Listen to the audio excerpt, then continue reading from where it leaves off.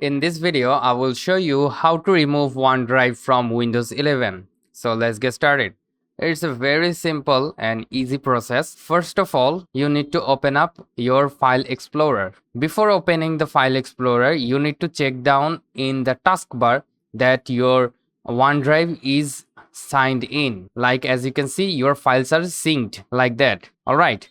After that, from here, you can see OneDrive. You need to right click on it. And from here, you will see OneDrive option right over here. And from the drop down menu, you need to select the settings. Alright. Now you have selected your settings option. Then you need to tap on the account option. Alright. From here, you need to tap on the unlink from PC. Unlink this from PC, just tap on that. And again, tap on unlink account. So as you can see, your OneDrive account has been removed without deleting any files. So that's it for today, guys. Hope this video helps you out. If yes, please do like, share, and don't forget to subscribe.